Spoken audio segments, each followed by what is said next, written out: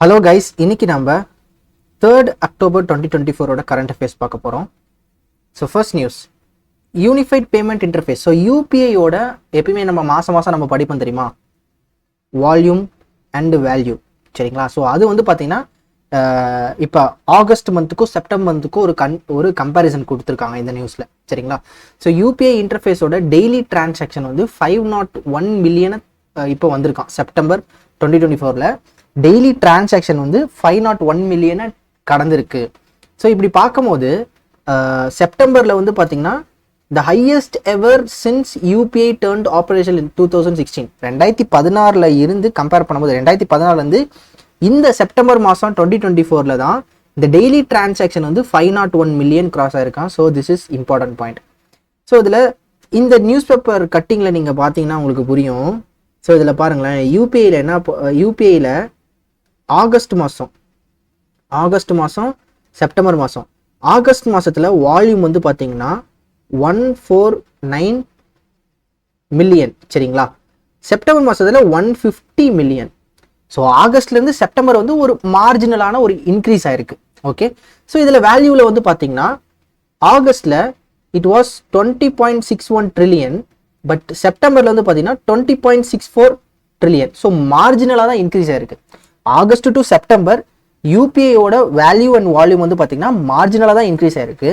But அந்த daily UPI transaction இருக்கு பார்த்தீங்களா, அது வந்து பார்த்தீங்கன்னா 500 மில்லியன், அதாவது 500 மில்லியன் தாண்டி இருக்கு. ஸோ 501 மில்லியன் பார்த்தீங்கன்னா இந்த டெய்லி டிரான்சாக்ஷன் செப்டம்பர் மந்த்தில் ரெக்கார்ட் ஆயிருக்கு.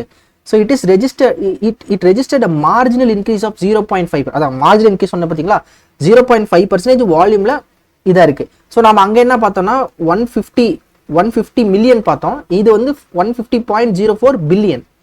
அதாவது ஒரு பாயிண்ட் நம்ம உள்ள வச்சோம்னா அது பில்லியன் ஆகிடும், பாயிண்ட் எடுத்தோம் அப்படின்னா அது மில்லியன் அப்படின்னு சொல்லுவோம், சரிங்களா? ஸோ அதே தான் வந்து பார்த்தீங்கன்னா இது கம்பேர் டு, ஸோ போன வருஷத்துக்கு ஆகஸ்ட்டை கம்பேர் பண்ணும்போது செப்டம்பரில் வந்து பார்த்தீங்கன்னா 15.4 பில்லியன் அண்ட் ஆகஸ்ட் வந்து பார்த்தீங்கன்னா 14.96 பில்லியன், சரிங்களா? ஸோ இதை நல்லா நோட் பண்ணிக்கோங்க. இந்த டேபிளை நீங்கள் படிச்சிங்கனாலே இதுலேயே உங்களுக்கு எல்லா வேல்யூவும் கிடைச்சிடும். இதில் யூபிஐ மட்டும் இல்லாமல் ஐஎம்பிஎஸ், ஃபாஸ்டேக் இதெல்லாமே கொடுத்துருக்காங்க. ஜஸ்ட் நோட் பண்ணிக்கோங்க, சரிங்களா? ஸோ ரொம்ப simple and straight news. So இந்த நியூஸை பொறுத்த வரைக்கும் நம்ம என்ன பார்த்துருக்கோம், யூபிஐயோட டெய்லி டிரான்சாக்ஷன் இதில் சிக்னிஃபிகண்டான பாயிண்ட் வந்து இது 501 மில்லியனை தாண்டி இருக்கு செப்டம்பர் 2024 அப்படின்றது சிக்னிஃபிகண்டான ஒரு பாயிண்ட். ஸோ மற்றது வந்து பார்த்தீங்கன்னா இட்ஸ் அ மார்ஜினல் இன்க்ரீஸ், ஓகேங்களா? ஸோ இதை தாண்டி நம்ம என்ன படிக்கணும்னா ஹையஸ்ட் யூபிஐ வேல்யூ எப்போ இதாச்சு, ஹையஸ்ட்டாக வந்து பார்த்தீங்கன்னா யூபிஐ டிரான்சாக்ஷனான எந்த மந்த் அப்படின்றத பார்த்துக்கோங்க, சரிங்களா? So next, so IMPS, FASTag இது எல்லாத்தையும் can just go through once. Okay, so ஐஎம்பிஎஸ்ல என்ன இருக்குது அந்த டேபிளை பார்த்தாலே உங்களுக்கு மேக்ஸிமம் புரிஞ்சிடும். ஸோ இதை ஜஸ்ட் பாருங்கள். நெக்ஸ்ட், ஸ்டார் ஹெல்த் வந்து பார்த்தீங்கன்னா டெலகிராம் இருக்குது பார்த்தீங்களா, அவங்க மேலே ஒரு லீகல் ஆக்ஷன் எடுத்திருக்காங்களாம். சரி, என்ன லீகல் ஆக்ஷன் எடுத்திருக்காங்கன்னா, இந்த டெலகிராமில் ஒருத்தர் வந்து என்ன பண்ணியிருக்காரு, ஸ்டார் ஹெல்த்தோட சில இன்ஃபர்மேஷன்ஸை வந்து லீக் பண்ணியிருக்காரு டெலகிராமில். அதனால் ஸ்டார் ஹெல்த் அந்த டெலகிராம் மேலேயும் அந்த பர்டிகுலர் ஹேக்கர் மேலேயும் பார்த்தீங்கன்னா ஒரு லீகல் ஆக்ஷன் எடுத்திருக்காங்க. Star Health has filed a lawsuit against social media platform Telegram and hacker. So அந்த ஹேக்கர் வந்து பார்த்தீங்கன்னா அவரோட பேர் வந்து என்னவா ஐடென்டிஃபைட் பண்ணியிருக்காங்கன்னா ஜென் அப்படின்ற ஐடென்டிட்டியில் வந்து பார்த்தீங்கன்னா அவர் இருந்திருக்காரு. அவர் வந்து பார்த்தீங்கன்னா ஸ்டார் ஹெல்த்தோட அந்த சில இன்ஃபர்மேஷன்ஸ் வந்து லீக் பண்ணியிருக்காரு நிறையா இதில். அது வந்து பார்த்தீங்கன்னா நிறைய கஸ்டமர்ஸோட பர்சனல் இன்ஃபர்மேஷனாக இருந்திருக்கு. ஸோ இப்போ நேமு, ஃபோன் நம்பர், இந்த மாதிரியான அட்ரஸ், இந்த மாதிரி டீட்டெயில்ஸ் எல்லாத்தையுமே அவர் வெளியில் ஷேர் பண்ணதுனால அவர் மேலேயும் டெலகிராம் மேலேயும் ஒரு கேஸை போட்டிருக்காங்க. இது தமிழ்நாடு கோர்ட்லேயே எதுலையோ கேஸை போட்டிருக்காங்க. ஸோ அந்த டேட்டா எங்கெங்கே லீக் ஆச்சோ அது எல்லாத்தையுமே டெலீட் பண்ணுற மாதிரியான விஷயங்களை பிளாக் பண்ணியிருந்திருக்காங்க, சரிங்களா? ஸோ இதுதான் இதோட நியூஸ். ஸ்டார் ஹெல்த் டெலகிராம் மேலே இந்த ஒரு ஆக்ஷன் எடுத்திருக்காங்க. Next, India's current account deficit. So current account டெபிசிட்னா என்னது, சிஏடினா என்னது, எப்போ இம்போர்ட் வந்து அதிகமாக இருந்து எக்ஸ்போர்ட் வந்து கம்மியாகுதோ, இது வந்து பார்த்தீங்கன்னா இந்த ஸ்பெண்டிங் டோட்டல் இம்போர்ட் அதிகமாக இருக்குது, எக்ஸ்போர்ட் கம்மியாக இருக்குது அப்படின்னும் போது இது ஒரு கரண்ட் அக்கௌண்ட் டெபிசிட்டில் வரும். ஸோ இந்தியாவோட கரண்ட் அக்கௌண்ட் டெபிசிட் வந்து I think April to June Q1 FY25 வந்து பார்த்தீங்கன்னா இந்த கரண்ட் அக்கௌண்ட் டெபிசிட் வைடன் ஆயிருக்கு. ஸோ 1% இருந்தது வந்து பார்த்தீங்கன்னா, அதாவது Q1 FY24 1% இருந்தது, இப்போ 1.1% ஆயிருக்கு Q1 FY25ல கரண்ட் அக்கௌண்ட் டெபிசிட். சரிங்களா, நோட் பண்ணிக்கோங்க, ரொம்ப simple.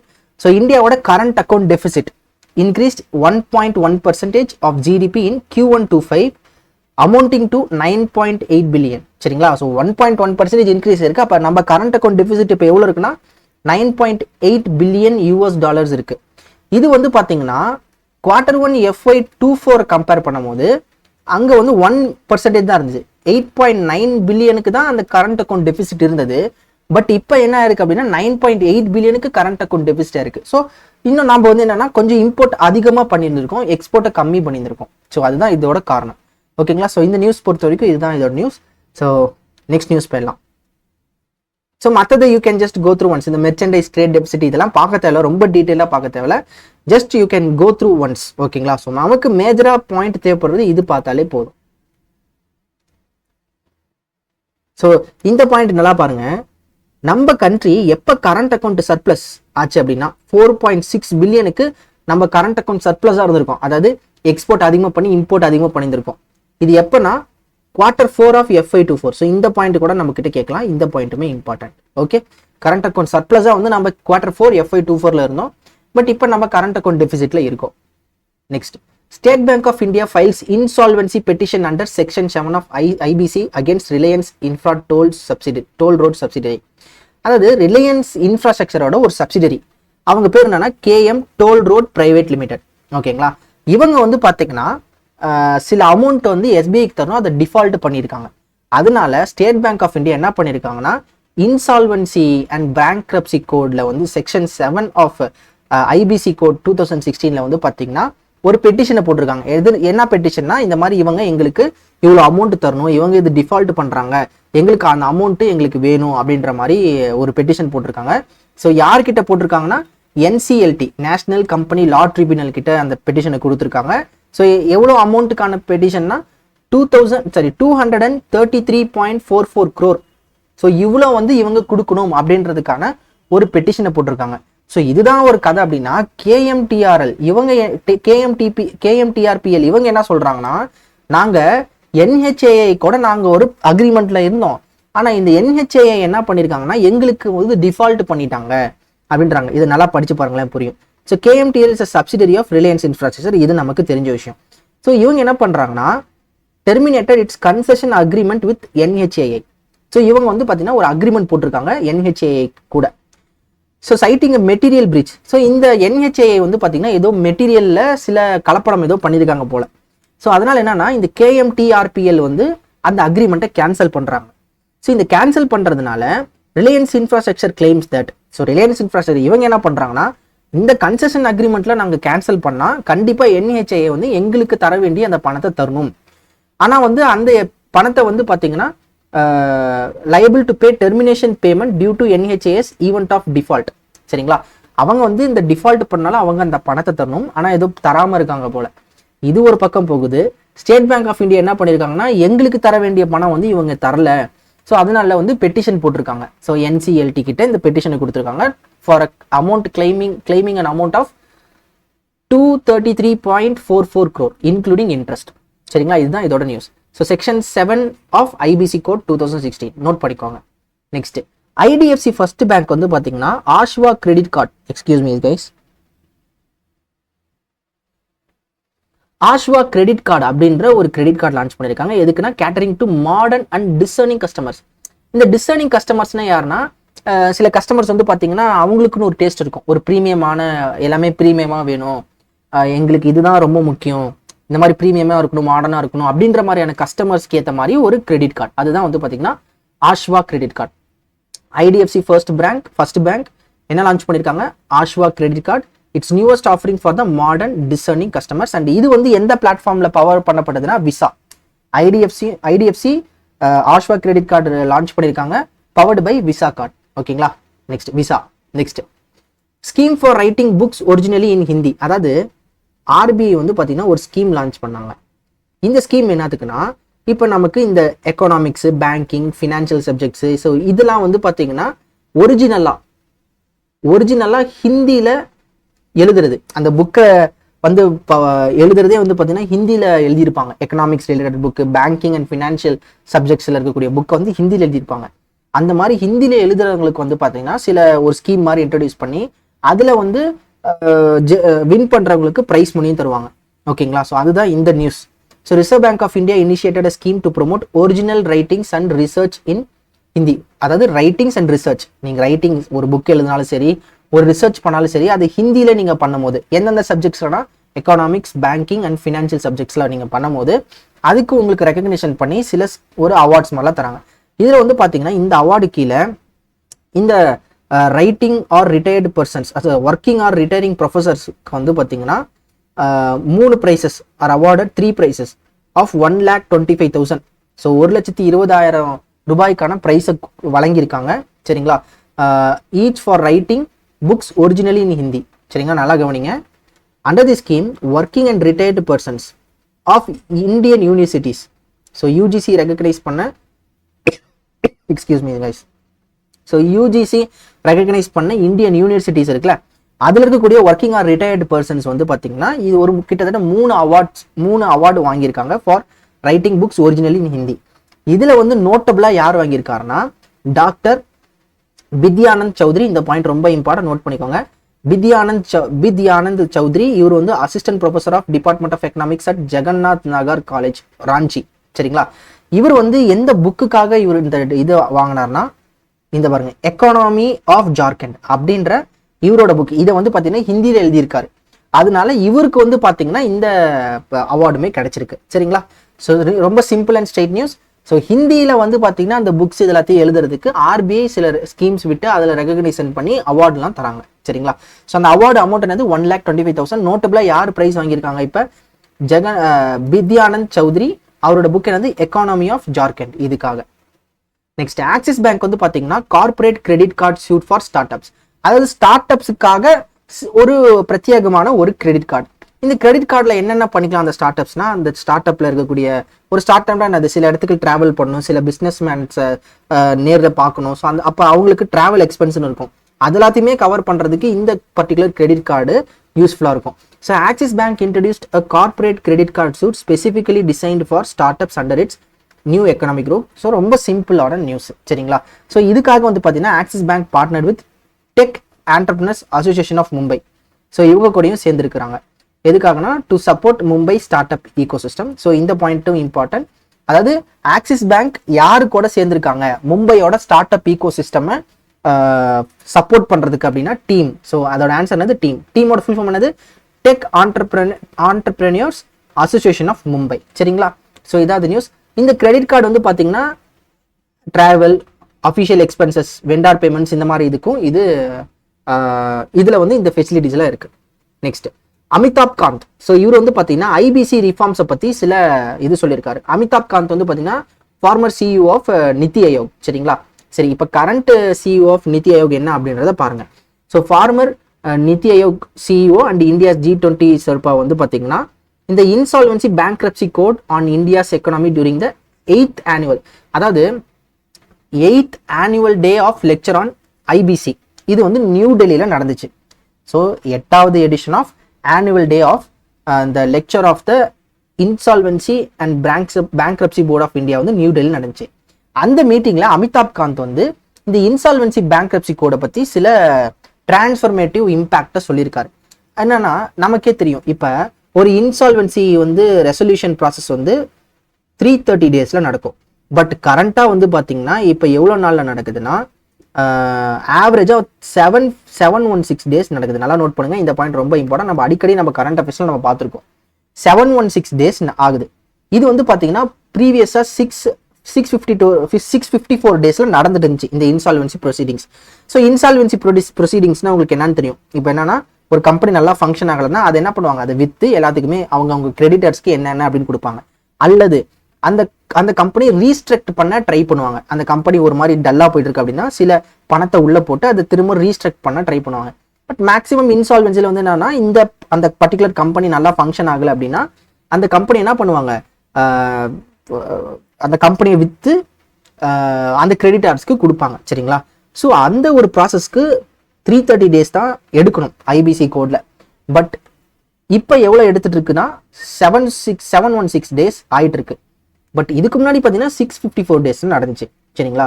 So Kant noted that insolvency resolution at NCLT now takes an average of 716 days up from 654 days in the previous year.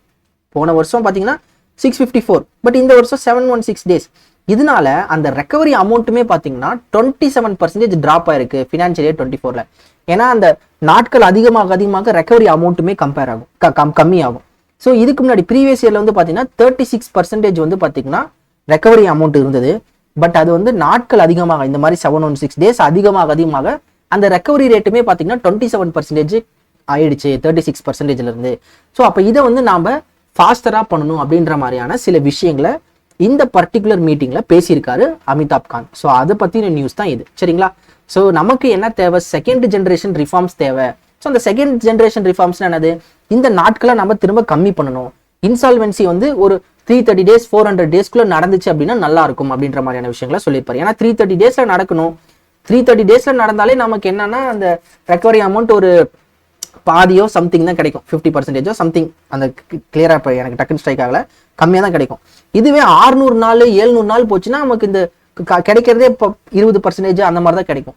அப்போ இந்த இன்சால்வென்சி ப்ரொசீடிங்ஸை கொஞ்சம் ஃபாஸ்டர் பண்ணும் அப்படின்ற மாதிரியான சில விஷயங்களை இந்த மீட்டிங்ல பேசியிருக்காரு. சரிங்களா? So next news, launch of centralized portal for prime minister internship scheme. So prime minister internship scheme பற்றி நம்ம ஆல்ரெடி நியூஸ்ல பார்த்துருக்கோம்.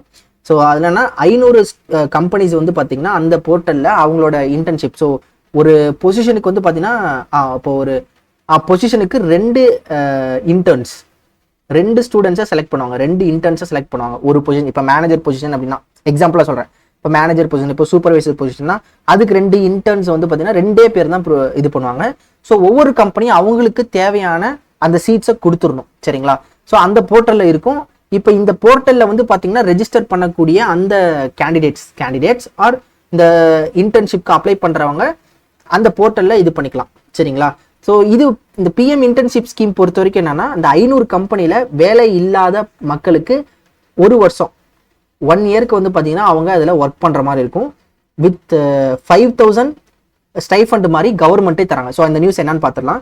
So prime minister internship scheme designed to skill 1 crore, நல்லா கவனிங்க, 1 crore or 10 million, சரிங்களா, youth at top 500 companies in India. So skill பண்ண போறாங்க, யூத்தை வந்து ஸ்கில் பண்றது தான் இந்த பிரைம் மினிஸ்டர் இன்டர்ன்ஷிப் ஸ்கீம், இதோட ஐடியா. ஸோ மொத்தம் எத்தனை ஸ்டூடெண்ட்ஸ்? 1 crore students. ஓகேங்களா? ஸோ இந்த கம்பெனிஸ் வந்து பார்த்தீங்கன்னா அவங்களோட போஸ்டிங்ஸை வந்து இந்த இன்டர்ன்ஷிப் ரெக்குவயர்மெண்ட்ஸை அந்த போர்ட்டலில் வந்து பார்த்தீங்கன்னா அக்டோபர் 3ஆம் தேதியிலேருந்து அக்டோபர் 12ஆம் தேதி வரைக்கும் கொடுக்கலாம். ஸோ கேண்டிடேட்ஸ்க்கு அந்த போர்ட்டல் வந்து அக்டோபர் 12 ஏதோ ஓப்பன் ஆகும் போல. அப்புறம் அந்த கேண்டிடேட்ஸ் வந்து எனக்கு இந்த மாதிரி நான் இன்டர்ன்ஷிப் ப்ரோக்ராம் எடுக்கணும் அப்படின்னு சொன்னாங்கன்னா அந்த கேண்டிடேட்ஸை வந்து செலக்ட் பண்ணி அந்த கம்பெனிஸ்க்கு அனுப்புவாங்க. சரிங்களா? ஸோ இதை வந்து இந்த கம்பெனிஸ்லாம் அவங்களோட சிஎஸ்ஆர் இனிஷியேட்டிவ் கீழே பண்ணணும். ஸோ இந்த நியூஸ் நம்ம ஆல்ரெடி நியூஸில் பார்த்துருக்கோம். சரிங்களா? எஸ். ஸோ இதில் எலிஜிபிலிட்டி வந்து பார்த்தீங்கன்னா 21 to 24 இயர்ஸ் தான் எலிஜிபிள். ஸோ 10th கிளாஸ் கண்டிப்பாக கம்ப்ளீட் பண்ணியிருக்கணும். சரிங்களா? ஸோ இன்எலிஜிபிள் கேண்டிடேட்ஸ் வந்து பார்த்தீங்கன்னா இந்த ஐஐடி ஐஎம்எஸ் இந்த மாதிரி டிகிரி ஹோல்டர்ஸ்லாம் கிடையாது. அதே மாதிரி ஃபேமிலி இன்கம் 8 lakhs மேலே இருக்கவங்களும் இதில் கிடையாது. சரிங்களா? ஸோ இந்த எலிஜிபிலிட்டி கிரைட்டீரியாவும் பார்த்துக்கோங்க. ஓகேங்களா? ஸோ அண்ட் இதில் வந்து பார்த்தீங்கன்னா அப்ளிகேஷன் ப்ராசஸ் சொல்லியிருக்காங்க. ஆதார் பேஸ்ட் KYC பண்ணுவாங்க. So the portal will automatically short list twice the number of vacancies available for each position. ஓகேங்களா? Twice the number of vacancies available for each position. இப்போ ஒரு பொசிஷனுக்கு 4 இருக்கு அப்படின்னா இன்டூ 2, ஸோ 8 இதை வந்து செலக்ட் பண்ணி வச்சிருப்பாங்களா. நமக்கு இதெல்லாம் எக்ஸாமுக்கு தேவையில்லை, பட் ஜஸ்ட் தெரிஞ்சுக்கோங்க. சரிங்களா? அண்ட் இது வந்து நமக்கு ரொம்ப முக்கியமான point. So internship will last for 12 months with at least 50% of the training taking place at real ஒர்க்ல இருக்குமா. சரிங்களா? 12 மாசத்துக்கு இந்த ட்ரைனிங் இருக்கும். ஓகே. ஸோ நெக்ஸ்ட் போயிடலாமா? ஸோ இதில் வந்து பார்த்தீங்கன்னா இந்த பட்ஜெட் அமௌண்ட் இதெல்லாம் ஜஸ்ட் நீங்கள் பாருங்க. பட்ஜெட் அமௌண்ட் என்ன அப்படின்றத நம்ம ஆல்ரெடி பார்த்துருக்கோம். So budget amount I think around okay I am not sure. ஓகேங்களா? ஸோ ஒரே நிமிஷம் பார்த்துடலாமா? எஸ், நம்ம பார்த்துடலாம். ஏன்னா பட்ஜெட் அமௌண்ட்டும் ரொம்ப முக்கியம் தான். ஐ திங்க் 2 trillion நினைக்கிறேன்.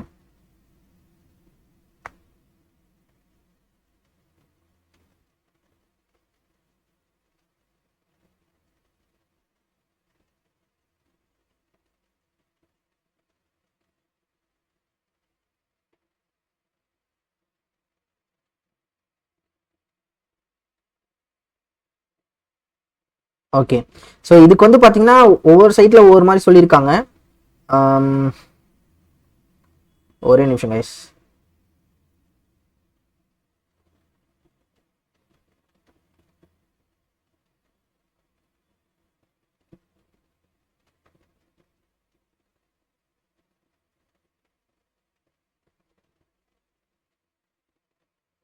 ஓகே, ஸோ இதில் வந்து என்னன்னா மேஜராக என்ன சொல்லியிருக்காங்கன்னா 2 lakh crore. ஸோ இந்த பர்டிகுலர் ஸ்கீமுக்கு வந்து பார்த்தீங்கன்னா 2 lakh crore, so nothing but 2 trillion ஏதோ இதுக்கு ஒதுக்கிட்டு இதோட அந்த இனிஷியல் ஃபேஸஸ்லாம் ஏதோ செட் பண்ணியிருக்காங்க. ஸோ திஸ் பர்டிகுலர் இந்த பட்ஜெட் அவுட்லே மட்டும் கொஞ்சம் அன்கிளியராக இருக்குது. இது என்ன அப்படின்றத லேட்டர் கிளாஸஸ்லாம் நம்ம பார்க்கலாம் சரிங்களா. ஸோ இது லேட்டராக வந்து டெஃபினிட்டிவாக நான் வந்து என்னன்னு சொல்லிடுறேன். ஸோ இந்த நியூஸை பொறுத்த வரைக்கும் என்னது, பிஎம் இன்டர்ன்ஷிப் ஸ்கீம். இதில் 500 கம்பெனிஸ் வர போகிறாங்க. இதில் வந்து பார்த்தீங்கன்னா கேண்டிடேட்ஸ் வந்து சூஸ் பண்ணி இதில் வந்து ஒர்க் பண்ண போகிறாங்க சரிங்களா. ஸோ இதான் நியூஸ். இதில் வந்து பார்த்தீங்கன்னா அந்த criteria age eligibility 21 to 24 years இந்த கிரைட்டீரியா பார்த்துக்கோங்க. அண்ட் இந்த இது 12 மாதம் நடக்க போகுது. ஸோ மாதம் பார்த்தீங்கன்னா இவங்களுக்கு 5000 ரூபா சம்திங் ஏதோ கிடைக்கும். ஸோ அந்த இன்டர்ன்ஷிப்பில் இவங்க போய் வேலை செய்யறதுக்கு அந்த ஸ்டைஃபண்ட் மாதிரி கிடைக்கும். அண்ட் ஒன் டைம் பேமெண்ட்டாக பார்த்தீங்கன்னா ஒரு 6000 ரூபா தருவாங்க சரிங்களா. ஸோ இதுவுமே பார்த்துக்கோங்க. Next, so government launches PM E drive subsidy scheme for electric vehicles with rupees 10,900 crore outlay சரிங்களா. ஸோ இந்த பிஎம் இ டிரைவ் ஸ்கீம் வந்து பார்த்தீங்கன்னா இஎம்பிஎஸ்ன்னு ஒரு ஸ்கீம் விட்டாங்க தெரியுமா. இந்த இஎம்பிஎஸ் ஸ்கீமை சப்சியூம் பண்ணுறது தான் இந்த பிஎம் இ டிரைவ் ஸ்கீம். அதாவது சப்சியூம் பண்ணுறதுனா இந்த இஎம்பிஎஸ் ஸ்கீம் வந்து இப்போ என்ன ஆகிடும் அப்படின்னா இந்த பிஎம் இ டிரைவ் ஸ்கீமுக்கு உள்ளே வந்துடும் சரிங்களா. ஸோ அதுதான் இந்த scheme. So prime minister e drive scheme. So aimed at promoting the adoption of electric vehicles. So ஃபேமும் வந்து பார்த்தீங்கன்னா இந்த ஃபாஸ்டர் அடாப்ஷனுக்காக ஒரு ஸ்கீம் விட்டாங்க. அந்த ஃபேமுக்கு அப்புறம் இந்த ஃபேமை வந்து ஆல்டர்னேட் பண்ணுற விதமாக தான் இஎம்பிஎஸ் ஸ்கீம்னு விட்டாங்க. இப்போ இந்த இஎம்பிஎஸ் ஸ்கீமை ஆல்டர்னேட் பண்ணுற மாதிரி இந்த பிஎம் இ டிரைவ் ஸ்கீமை இப்போ விட்டுருக்காங்க சரிங்களா. ஸோ இதோட அந்த இது தெரியுதா ஃபேமு. அந்த ஃபேமுக்கு அப்புறம் இந்த இஎம்பிஎஸ்ன்னு ஒன்று வந்துச்சு. இஎம்பிஎஸ் சப்சியூம் பண்ணுற மாதிரி இந்த பிஎம் இ டிரைவ் ஸ்கீம் வந்துருச்சு. அண்ட் இந்த பர்டிகுலர் ஸ்கீமோட அவுட்லே வந்து பார்த்தீங்கன்னா 10,900 crore. சரி, இதில் வந்து பார்த்தீங்கன்னா இந்த சப்சிடி அப்படின்ற ஒரு கான்செப்ட் இருக்குது. ஸோ அதுக்கு முன்னாடி பார்த்தீங்கன்னா சப்சம்ஷன் ஆஃப் இஎம்பிஎஸ் 2024. ஸோ இந்த இஎம்பிஎஸ் வந்து பார்த்தீங்கன்னா இது வந்து பார்த்தீங்கன்னா April 1, 2024 September 30, 2024 வரைக்கும் இந்த ஸ்கீமை இம்ப்ளிமெண்ட் பண்ணாங்க. அண்ட் இப்போ இது வந்து பார்த்தீங்கன்னா இந்த பிஎம் இ டிரைவ் ஸ்கீம்குள்ளே வந்துருச்சு. ஸோ சப்சிடி ஸ்ட்ரக்சர் நல்லா நோட் பண்ணுங்க. இந்த பாயிண்ட் ரொம்ப ரொம்ப ரொம்ப இம்பார்ட்டன்ட். இதில் வந்து 2 வீலர்ஸ்க்கு எவ்வளோ சப்சிடி அப்படின்னு பார்த்தீங்கன்னா is fixed at 50,000 per kilowatt-hour of battery power. இப்போ ஒரு எலக்ட்ரிக் வெஹிக்கிள் வந்து பார்த்தீங்கன்னா ஒரு 14 கிலோவாட்டு அப்படின்ட்டு இருக்குன்னு வச்சுக்கோங்களேன். அப்போ வந்து ஒரே நிமிஷம் இருங்க. இப்போ அந்த ஒரு எலக்ட்ரிக் வெஹிக்கிளோட விலை வந்து பார்த்தீங்கன்னா 1,40,000 ஓகேவா. இப்போ இவர் வந்து பார்த்தீங்கன்னா 4 kWh பேட்டரி கொண்ட ஒரு எலக்ட்ரிக் வெஹிக்கிள் வாங்குறாரு. அப்போ 4 into 5 என்னது 20,000 ரூபா. அப்போ 20,000 இவரு இதில் மைனஸ் பண்ணிக்கலாம். அதாவது இந்த ஸ்கீமோட ஃபர்ஸ்ட் இயரில் ஓகேங்களா. அண்ட் இந்த பர்டிகுலர் ஸ்கீம் எப்போ வரைக்கும் ரன் ஆகுதுன்னா March 31, 2026. இந்த ஸ்கீமோட ஃபர்ஸ்ட் இயரில் வந்து பார்த்தீங்கன்னா சப்சிடி வந்து பார்த்தீங்கன்னா 5,000 ஓகேங்களா. So with maximum incentive of 10,000 இந்த ஃபர்ஸ்ட் இயர். ஸோ அப்போ 5,000 வந்து பார்த்தீங்கன்னா ஒரு கிலோவாட் ஹவருக்கு 5,000. அப்போ 4 கிலோவாட்டுக்கு 20,000. அப்போ இவர் எவ்வளோ கட்டலாம் 1.20 இது மட்டும் கட்டிக்கலாம்.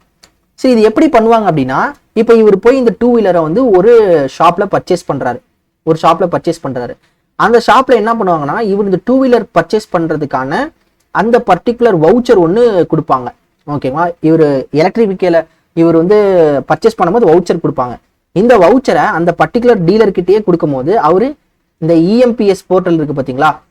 இஎம்பிஎஸ் போர்ட்டல் இந்த அந்த பிஎம் இ டிரைவ் ஸ்கீம்ல இருக்கக்கூடிய போர்ட்டல்ல இந்த வவுச்சர் அவர் அதில் ஆட் பண்ணார்னா இந்த 1,40,000 அப்படின்றது அப்படியே ரிடக்ஷன் ஆகி 1,20,000 மட்டும் அந்த பர்சன் கட்டுற மாதிரி இருக்கும் சரிங்களா.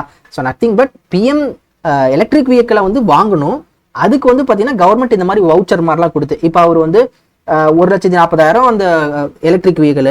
ஆனால் அவருக்கு வந்து பார்த்தீங்கன்னா அந்த வவுச்சர் ஒன்று கிடைக்குது. என்ன வவுச்சரு, இந்த இ வெஹிக்கிள் வாங்குறதுனால 1 கிலோவாட்டுக்கு 5,000 ரூபாய் மைனஸ். அப்போ 4 கிலோவாட்டு அப்போ 20,000 ரூபாய் அவர் மைனஸ் பண்ணி கட்டிக்கலாம்.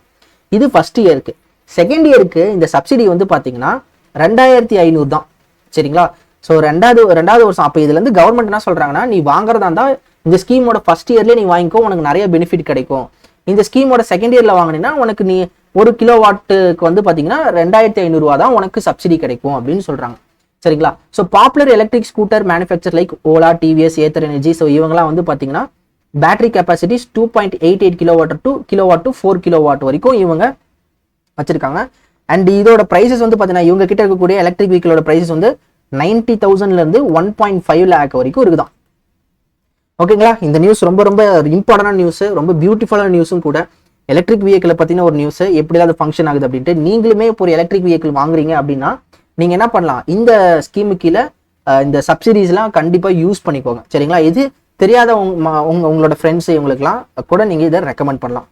நெக்ஸ்ட், ஸோ மற்றதை you can just go through once. Okay, next. So government notifies new labeling rules for green products. ஓகேங்களா? ஸோ கிரீன் ப்ராடக்ட்ஸ் என்னது? ஃபார் எக்ஸாம்பிள் இப்போ ஒரு சோப்பு கம்பெனி இருக்குது. இந்த சோப்பு கம்பெனி பேர் என்ன வைக்கலாம்? கிரீன் பியூர்னு வைக்கலாம். சரிங்களா? இந்த சோப் கம்பெனி வந்து பார்த்தீங்கன்னா அவங்க சோப் மேனுஃபேக்சர் பண்ணும்போது மேனுஃபேக்சர் பண்ணுறதுக்கான எலக்ட்ரிசிட்டி வந்து ரினியூவபிள் எனர்ஜிலேருந்து எடுத்துருக்கணும். லைக் சோலார், விண்ட் பவர், அந்த மாதிரி எடுத்துருக்கணும். அப்புறம் வந்து பார்த்தீங்கன்னா இவங்க பேக் பண்ணக்கூடிய அந்த பேக்கெட் வந்து ரீசைக்கிள்டு மெட்டீரியல்லேருந்து அவங்க அதை யூஸ் பண்ணியிருக்கணும். ஸோ அப்போ இந்த மாதிரி, அதாவது என்னன்னா கிரீன் ப்ராடக்ட்ஸ்க்கு வந்து இந்த என்விரான்மெண்டல், அதாவது இதுக்கு ஒரு இதே இருக்கு, பேர் பாருங்களேன், ஈகோ மார்க் ரூல்ஸ். சரிங்களா? அதாவது union ministry of union environment ministry என்ன பண்ணியிருக்காங்கன்னா ஈகோ மார்க் ரூல்ஸ்னு கொடுத்துருக்காங்க. இதுல என்னன்னா அந்த பர்டிகுலர் ப்ராடக்ட் தயாரித்து வெளியே வரும்போது அது என்விரான்மெண்ட்டுக்கு எந்த ஒரு பாதிப்பும் ஏற்படுத்திடக்கூடாது. அப்போ அந்த ப்ராடக்ட் எப்படிலாம் தயாரிக்கப்பட்டிருக்கணும், அது யூஸ் பண்ணக்கூடிய எலக்ட்ரிசிட்டி இந்த மாதிரி ரினியூவபிள் எனர்ஜி சோர்ஸ்லேருந்து வந்திருக்கணும். அதோட பேக்கிங் வந்து பார்த்தீங்கன்னா ரீசைக்கிள்டு மெட்டீரியல்ஸ் வந்து பண்ணியிருக்கணும். அப்போ இந்த மாதிரியான விஷயங்கள்ல செய்யப்பட்ட அந்த ஒரு ப்ராடக்ட்க்கு தான் இந்த ஈகோ மார்க் ரூல்ஸ் அப்படின்றது ஒன்று. இந்த ஈகோ மார்க் அப்படின்றத வாங்குறதுக்கு, ஈகோ மார்க் லேபிள் வாங்குறதுக்கு இவங்க இந்த ஈகோ மார்க் ரூல்ஸ் இதை ஃபாலோ பண்ணியிருக்கணும். அதை வந்து பார்த்தீங்கன்னா இப்போ கவர்மெண்ட் அறிவிச்சிருக்காங்க. ஸோ பேக்ரவுண்ட், ஸோ லான்ச் இன் 1991. இந்த ஈகோ மார்க் ஸ்கீம் வந்து பார்த்தீங்கன்னா இட்ஸ் வாலண்டரி. ஒரு கம்பெனி வந்து அது வாலண்டரியாக இது பண்ணிக்கலாம். ஸோ இட்ஸ் நான் பைண்டிங் இனிஷியேட்டிவ். ஸோ கண்டிப்பாக நீ பண்ணி தான் ஆகணும் அப்படின்றத கிடையாது. இந்த ஈகோ மார்க், இந்த பர்டிகுலர் ப்ராடக்ட் வந்து என்விரான்மெண்டல் ஃப்ரெண்ட்லியாக இருக்குது அப்படின்றதுக்கான ஒரு மார்க் நீ வேணும் அப்படின்னா நீ இந்த ரூல்ஸ்லாம் ஃபாலோ பண்ணணும். என்னென்ன ஃபாலோ பண்ணும்? இந்த பொல்யூஷன் டிடெக்ஷன், ரீசைக்கிளபிலிட்டி, அப்புறம் சஸ்டைனபிள் எனர்ஜி. ஸோ நான் சொன்னேன் பார்த்தீங்களா? ஸோ அந்த பாயிண்ட்ஸ் தான் இந்த இதில் இருக்குது. சரிங்களா? ஸோ இதுதான் இதோட news. So eco mark rules வாங்குறதுக்கு என்னென்ன ஃபாலோ பண்ணணும்? So pollution detection, recyclability, sustainable energy. இந்த பாயிண்ட் ரொம்ப ரொம்ப இம்பார்ட்டன்ட். உங்களுக்கு ஸ்டேட்மெண்ட் பேஸ்ட் கொஸ்டின்ஸ்ல இதை கேட்கலாம். ஸோ இதில் வந்து ப்ராடக்ட் கேட்டகரியுமே அவங்க சொல்லியிருக்காங்க. மொத்தம் 17 கேட்டகரி ப்ராடக்ட் கேட்டகரி. இதில் வந்து paint, cosmetics, batteries, edible oils. So இதுக்கு எல்லாமே பார்த்தீங்கன்னா இந்த ஈகோ மார்க் இது வாங்கிக்கலாம். ஸோ எப்போ வாங்கலாம்? அவங்க அந்த பர்டிகுலர் ரூல்ஸ் எல்லாம் ஃபாலோ பண்ணும்போது. So product in these categories must obtained certification from BIS. சரிங்களா? ஸோ இது நல்லா நோட் பண்ணிக்கோங்க. ஸோ இந்த ப்ராடக்ட்ஸ் பெயிண்ட், காஸ்மெட்டிக்ஸ் இதெல்லாம் என்ன பண்ணிருக்கணும்? BIS சர்டிஃபிகேஷன் வாங்கிருக்கணும் and comply with pollution norms. ஓகேங்களா? நெக்ஸ்ட், ஸோ இப்போ இந்த ஈகோ மார்க்கை வந்து எதில் அப்ளை பண்ணிக்கலாம்னா சென்ட்ரல் பொல்யூஷன் கண்ட்ரோல் போர்டு இதில் அப்ளை பண்ணிக்கலாம். இந்த பாயிண்ட் ரொம்ப இம்பார்ட்டன்ட். இப்போ ஒரு கம்பெனி, இந்த கிரீன் பியூர் அப்படின்ற ஒரு சோப்பு கம்பெனி சொன்ன பார்த்தீங்கன்னா எக்ஸாம்பிள் தான் அது. ஸோ அந்த கம்பெனி என்ன பண்ணலாம் அப்படின்னா, அந்த மாதிரி கம்பெனி என்ன பண்ணலாம், சென்ட்ரல் பொல்யூஷன் கண்ட்ரோல் போர்டு கிட்ட அவங்களோட அப்ளிகேஷன் சப்மிட் பண்ணி இந்த ஈகோ மார்க் இதை வாங்கிக்கலாம். Next, India among top global performance இன் H1 FY25 மார்க்கெட் பர்ஃபார்மன்ஸ். இந்த நியூஸ் பொறுத்த வரைக்கும் ரொம்ப சிம்பிள், ஈஸியாக புரிஞ்சுக்கோங்க. இந்த ஸ்டாக் மார்க்கெட்ஸ்ல இருக்கு பார்த்தீங்களா, இன்வெஸ்டர்ஸ் இவங்களாம் வரக்கூடிய அந்த ஒரு பர்டிகுலர் மார்க்கெட் இருக்கு பார்த்தீங்களா, அதில் இந்தியா வந்து செகண்ட் பெஸ்ட்டாக இருந்திருக்காங்க H1. ஓகேங்களா? First half of financial year 25. So India emerge as the second best performing major global market during the first half of FY25. So இது யார் ஃபர்ஸ்ட் வந்திருக்காங்க அப்படின்னா ஹாங்காங் தான் ஃபர்ஸ்ட்ல இருக்காங்க. செகண்ட் வந்து பார்த்தீங்கன்னா இந்தியா வந்திருக்காங்க இந்த ஸ்டாக் மார்க்கெட் இதை பொறுத்த வரைக்கும். சரிங்களா? So just a simple news, இதை மட்டுமே படிச்சுக்கோங்க போதும். ஸோ ஃபர்ஸ்ட் பிளேஸ் யாரு? Hong Kong, second India, third Singapore, fourth US and fifth China. So இவங்க தான் வந்து பார்த்தீங்கன்னா டாப் 5 பர்ஃபார்மிங் குளோபல் மார்க்கெட்ஸ். சரிங்களா? So despite a 7.5% surge in Hang Seng Index in September, India showed a consistent growth across the first half, cementing its position as the leading global market. So ரொம்ப simple. So இந்த stock market, இந்த மார்க்கெட்டில் வந்து பார்த்தீங்கன்னா India second பிளேஸில் இருக்காங்க. சரிங்களா? First வந்து யாரு? ஹாங்காங். ஸோ மற்றதெல்லாம் சிங்கப்பூர், USA அண்ட் சைனா. ஓகேங்களா? Yes. Next, Rajasthan CM. So ராஜஸ்தானில் வந்து இப்போ ரீசெண்டாக அந்த நம்ம தமிழ்நாட்டில் வந்து பார்த்தீங்கன்னா இந்த முதலீட்டு மாநாடு நடக்குதுல்ல, அந்த மாதிரி ராஜஸ்தான்லேயும் சில அந்த இன்வெஸ்ட்மெண்ட் இதெல்லாம் நடக்குது. அதுக்கு வந்து பார்த்தீங்கன்னா டெல்லி கான்க்ளேவ் அதாவது Delhi road show, Mumbai road show அப்படிலாம் கண்டக்ட் பண்ணாங்க. ஸோ டெல்லியில் வந்து பார்த்தீங்கன்னா ஒரு சில அமௌண்ட் இன்வெஸ்ட்மெண்ட்ஸ் பண்ணாங்க, நிறைய மக்கள், நிறைய இன்வெஸ்டர்ஸ் இன்வெஸ்ட் பண்ணாங்க. அண்ட் மும்பைலேருந்தும் நிறைய இன்வெஸ்டர்ஸ் பண்ணாங்க. அண்ட் முக்கியமாக வந்து பார்த்தீங்கன்னா டாட்டாவும் ராஜஸ்தான் கவர்மெண்ட் கூட ஒரு எம்ஓஎஸ் என்பதுக்காங்க ரினியூவபிள் எனர்ஜி ப்ராஜெக்ட்காக. இதுவுமே அந்த இன்வெஸ்ட்மெண்ட் அந்த மீட்ல ஒன் ஆஃப் த இதாக இருக்குது. சரிங்களா? ஸோ இப்படி இருக்க ராஜஸ்தான் சிஎம் வந்து பார்த்தீங்கன்னா டெல்லியில் ஒரு கான்க்ளேவ் அட்டன் பண்ணியிருக்காரு. அதில் வந்து என்ன சொல்லியிருக்காருன்னா, டெல்லியில இருந்து இன்வெஸ்டர்ஸ் இன்வெஸ்ட் பண்ணாங்க அப்படின்னா அந்த இன்வெஸ்டர்ஸ்க்கு நாங்கள் என்ன தருவோம், இன்சென்டிவ் தருவோம் அப்படின்னு சொல்லியிருக்காங்க. ராஜஸ்தான் சீஃப் மினிஸ்டர் என்ன பண்ணியிருக்காரு, to promote a special incentive package for investments இன் ராஜஸ்தான். டெல்லியில் என்ன சொல்லியிருக்காருன்னா, நீங்க ராஜஸ்தான்ல ஏதாவது இன்வெஸ்ட் பண்ணீங்கன்னா உங்களுக்கு இன்சென்டிவ் தருவோம் அப்படின்னு இருக்காரு. ஸோ இதுல என்னன்னா, addressed conclave of the central public sector enterprises and meeting of the confederation of Indian industry new Delhi. So CPSC and சிஐஐயோட ஒரு மீட்டிங் அட்டன் பண்ணும்போது இதை பேசியிருக்காரு. சரிங்களா? ஸோ இது வந்து எதுக்காக முக்கியமாக பேசுறாங்கன்னா, இந்த முதலீட்டு மாநாடு சொல்லலை, நம்ம தமிழ்நாட்டில் நடந்துச்சுல முதலீட்டு மாநாடு, அது மாதிரி ராஜஸ்தான்ல ஒன்று நடக்குது. அதுக்கு பேர் என்னன்னா rising Rajasthan. So global investment summit. So இதுல வந்து பார்த்தீங்கன்னா டாட்டாவும் ராஜஸ்தான் கூட சைன் பண்ணியிருக்காங்க. ஸோ இந்த நியூஸ்லாம் நம்ம 2 அக்டோபர்ல இந்த நியூஸ்லாம் பார்த்துருப்போம். சரிங்களா? ஸோ இது நோட் பண்ணிக்கோங்க, it's one of the important news. Okay, so இந்த நியூஸ் பொறுத்த வரைக்கும் ராஜஸ்தான்ல இன்வெஸ்ட் பண்ணாங்க அப்படின்னா, அதாவது டெல்லியிலேருந்து இன்வெஸ்ட் பண்ணாங்க அப்படின்னா அவங்களுக்கு இன்சென்டிவ் பேக்கேஜ் தருவாங்க. Next, so retail inflation for industrial workers edge up to 2.44% in August 2024. இது என்னது, retail inflation for industrial workers. So இப்போ நமக்கு வந்து இப்போ இந்த டிஏலாம் இன்க்ரீஸ் பண்ணுவாங்கல்ல, டிஆர்எஸ் அலோன்ஸ். இப்போ ஒரு வேலையை செய்கிறாங்க அப்படின்னா கவர்மெண்ட்ல டிஏ அப்படின்னு சொல்லுவாங்களே, அது எப்படி பண்ணுறாங்க அப்படின்னா, கன்சியூமர் பிரைஸ் இண்டெக்ஸ் வந்து கொஞ்சம் இன்க்ரீஸ் ஆயிருக்கும். அப்போ அதனால அவங்களோட சம்பளத்தையும் அதுக்கேற்ற மாதிரி இன்க்ரீஸ் பண்ணும். அதே மாதிரி தான் இண்டஸ்ட்ரியல் ஒர்க்கர்ஸ் இருக்காங்க பார்த்தீங்களா, இவங்களோட சம்பளமும் இன்க்ரீஸ் ஆகுது, டிஆர்எஸ் அலோன்ஸ் இன்க்ரீஸ் ஆகணும். ஏன் இன்க்ரீஸ் ஆகணும் அப்படின்னா, retail inflation for industrial workers வந்து அதிகமாக இருக்குது. ஸோ இப்போ இண்டஸ்ட்ரியல் ஒர்க்கர்ஸ் வந்து பார்த்தீங்கன்னா கன்சியூம் பண்ணக்கூடிய குட்ஸ், சாப்பாடுனாலும் சரி, இல்லை ஏதாவது ஒரு பொருள் வாங்குறாங்களும் சரி, அந்த விலை வந்து அதிகமாக இருக்குது. எவ்வளோ அதிகமாக இருக்குன்னா 2.44%. இது இண்டஸ்ட்ரியல் ஒர்க்கர்ஸ்க்கான retail inflation. So retail inflation என்ன சொல்லலாம், consumer price index. Consumer price index for industrial ஒர்க்கர்ஸ்க்கு என்ன இருக்கு அப்படின்னா இன்க்ரீஸ் ஆயிருக்கு. ஸோ எவ்வளோ இன்க்ரீஸ் ஆயிருக்கு, 2.44% இன்க்ரீஸ் ஆயிருக்கு ஆகஸ்ட் 2024. இது வந்து பார்த்தீங்கன்னா ஜூலையை விட அதிகம். ஜூலைல 2.15% இன்க்ரீஸ் ஆயிடுச்சு. பட் ஆகஸ்ட்ல 2.44%. இதுவே போன வருஷம் கம்பேர் பண்ணும்போது, போன வருஷம் ஆகஸ்ட் 2023 கம்பேர் பண்ணும்போது இது 6.91%. பட் இப்போ இது 2.44% தான். சரிங்களா? So retail inflation for industrial workers வந்து இன்க்ரீஸ் ஆயிருக்கு. இதனால அவங்களுக்கு என்ன ஆகலாம், சம்பளம், அவங்களோட டிஎன்எஸ் அலவன்ஸ் இதெல்லாம் கொஞ்சம் இன்க்ரீஸ் ஆகலாம். சரிங்களா? எதுக்கு இன்க்ரீஸ் ஆகணும், ஏன்னா விலைவாசி அதிகமாக இருக்கு, அப்போ அதுக்கேற்ற மாதிரி சம்பளமும் உயரணும்ல.